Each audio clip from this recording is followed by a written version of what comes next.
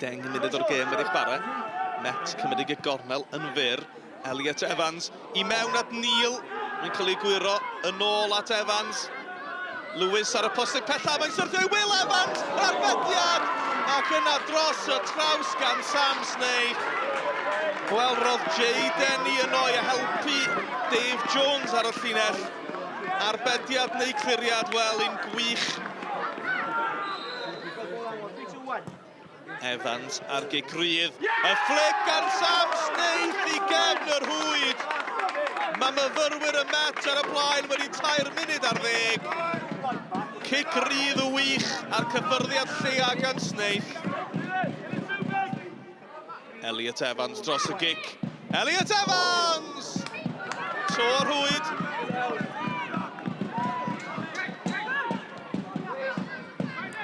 Bamford. Fletcher. Sy'n gael le gan y Fletcher i ergydio. O, mae'n gol i'r Drenewydd! Camgymeriad gan Esa Alto'r golwr ar gol i Fletcher. Y tîm cartre gyfartal. Esa Alto, golwr o'r ffindir. Byddai'r seren pop Sara Alto yn gyda gwell o'r ergyd yna.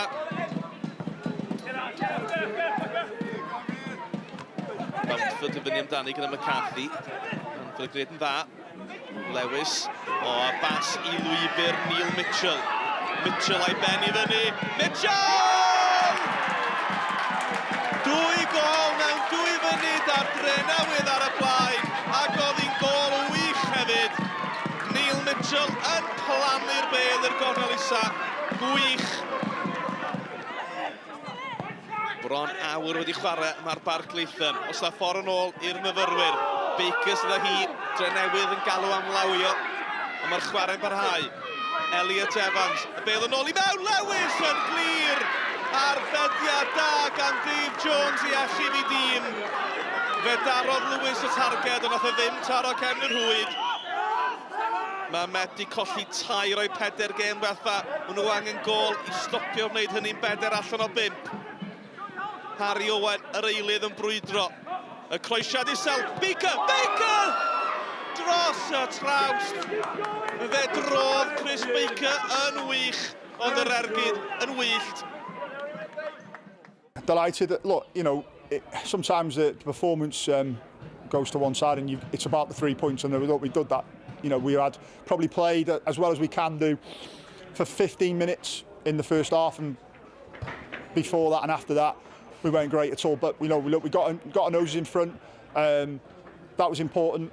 And then we ground it out and did what we needed to do. And look, we maybe didn't probably feel that with their chances that they created. I remember our goalkeepers made 2 or 3 really good saves. Sometimes you need that. We've been on the wrong end of them this season already, where we played well and not got the 3 points. The opening day of the season at Cardiff Met, we were the better team by far, but they won the game, and that's what it's all about. So it's all about 3 points, and that'll do us a world of good today because it's an important win against a good team. It's interesting. We've spoken in the dressing room now. 30 minutes of the game.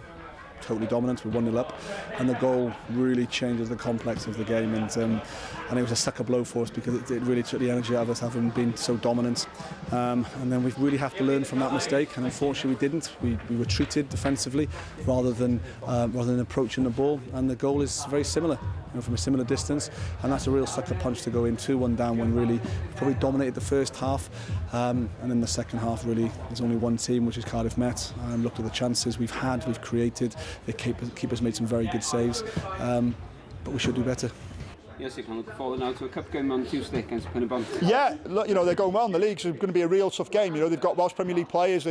Obviously, Reece is the manager. I know Reece really well, so we're expecting a tough game, and then we're bouncing into the graveyard shift on Friday night down in Llanelli. So, but we'll look forward to that now. But this win is, like I said, massive, huge for us, and we can go into the busy week now with full of confidence. And now you can look forward to a big cup game against Carmarthen on Tuesday. Yeah, absolutely. Can't wait for that. And we've played them earlier on the season and played very well, but lost. But we've now got some of the squad players coming back. So Bradley Woolridge will be involved. Gideon Morgan will be involved. So it'd be nice to get those boys back. It'll give some of the lads who've played quite a lot of games some rest time. So yeah, we'll see some games ahead of them TNS on Sunday, which is vital for us.